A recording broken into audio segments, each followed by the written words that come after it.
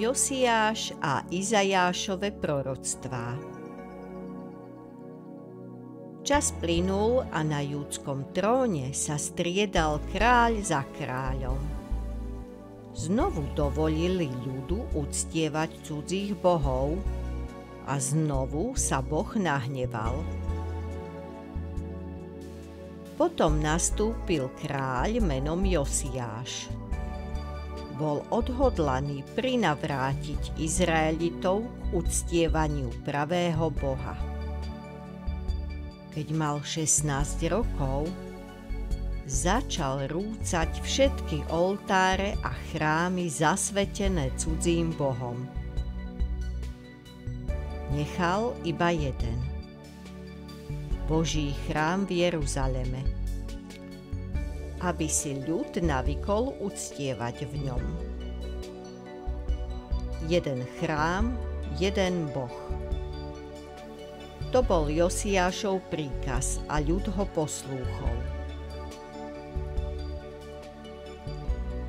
Raz, keď kňazi upratovali tmavé kúty chrámu, natrafili na akúsi knihu. Bola to zabudnutá kniha zákona.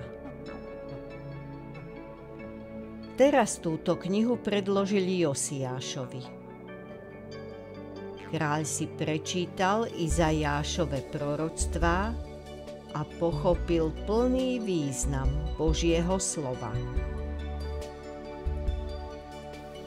Keďže Izraeliti porušili Božie prikázania, ktoré priniesol Mojžiš nie raz, ale veľa ráz, museli prísť o všetko, čo mali.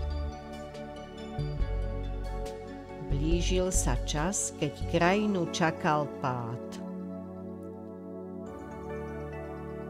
Proroci predpovedali príchod nového vodcu, ktorý prinesie mier ťažko skúšaným Izraelitom. Muža, ktorý bude spasiteľom, vykupiteľom a vysloboditeľom svojho ľudu. Ale ešte predtým mal nastať čas veľkého súženia a utrpenia. A nejestvoval spôsob, ako sa mu vyhnúť.